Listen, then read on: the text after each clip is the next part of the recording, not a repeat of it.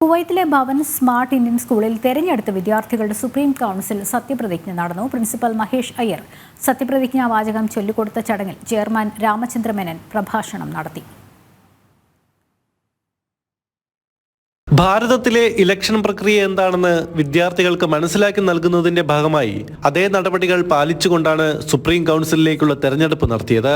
തെരഞ്ഞെടുപ്പിൽ വിജയികളായ സ്ഥാനാർത്ഥികളുടെ അധികാരമേൽക്കൽ ചടങ്ങായ സുപ്രീം കൗൺസിലിന്റെ സത്യപ്രതിജ്ഞാ ചടങ്ങിൽ British council country director Anthony Skinner, Kuwait institute of scientific research സെന്ററിലെ coastal management program manager doctor Bassam Shuhaiber, British council പരീക്ഷാ വിഭാഗം മേധാവി സുചിത്ര സെൻ എന്നിവർ മുഖ്യാതിഥികളായിരുന്നു. തിരഞ്ഞെടുക്കപ്പെട്ട സുപ്രീം കൗൺസിൽ അംഗങ്ങൾക്ക് മുഖ്യാതിഥികൾ ബാഡ്ജുകൾ സമ്മാനിച്ചു. തുടർന്ന് പ്രിൻസിപ്പൽ മഹേഷ് അയ്യർ സത്യപ്രതിജ്ഞാവാചകം ചൊല്ലിക്കൊടുത്തു.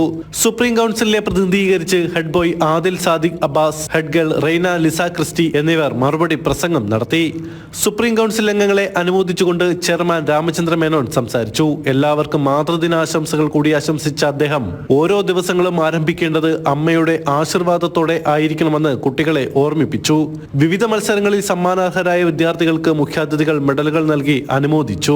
മിഡിൽ ഈസ്റ്റിലെ ഭവൻ സ്കൂളുകളുടെ പ്രിൻസിപ്പൽമാർ ഓൺലൈനായി പരിപാടിയിൽ പങ്കെടുത്തു. Indian education school principal Anand Victor, senior vice principal Anselma Tessy, Albin Daisy, കായിക വിഭാഗം മേധാവി ഡോക്ടർ മുരുകയ്യൻ തുടങ്ങിയവരും ചടങ്ങിൽ സന്നിഹിതരായിരുന്നു. മാതാപിതാക്കളും അധ്യാപകരും വിദ്യാർത്ഥികളും ചേർന്ന സദസ്സിന് ജാനറ്റ് ജുവാന ജോർജ് സ്വാഗതവും കെവിൻ മനോജ് നന്ദിയും രേഖപ്പെടുത്തി. സുജിത് സുരേഷൻ, ജനം, കുവൈറ്റ്.